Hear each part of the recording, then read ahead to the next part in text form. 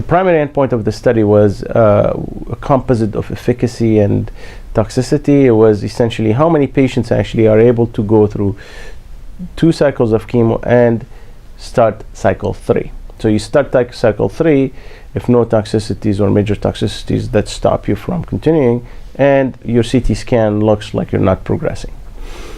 The study was powered to see about 15% difference between arm A and arm B. We had a close to 20%, so essentially it was a positive study with a statistically significant P favoring arm A, i.e. the dose escalation schema from 80 to 120 to 160. Now, interestingly, also when we looked at survival was superior, numerically superior with arm A, meaning with the dose escalation, versus arm B. So going from 80 to 120 to 160 gave the patients a survival close to 9.5 months. On the other hand, with the regorafenib at 160, the survival was about 6 months, 5.9, which is pretty much what you see with a correct study. So arm B looked very similar to what you would expect from 160.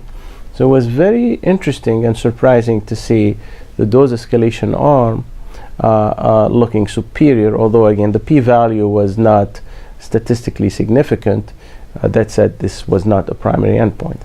The PFS was also a little bit better with the dose escalation. When we looked back at what was the reason for patients on arm A versus arm B to continue through cycle 3 and beyond, it was primarily progressive disease.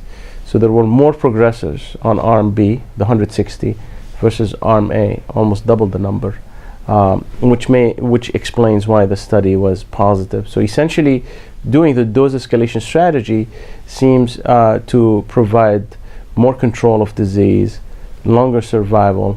We also looked at tolerability. It's better in the first cycle. The quality of life was also non-compromised in the dose escalation strategy versus the full dose.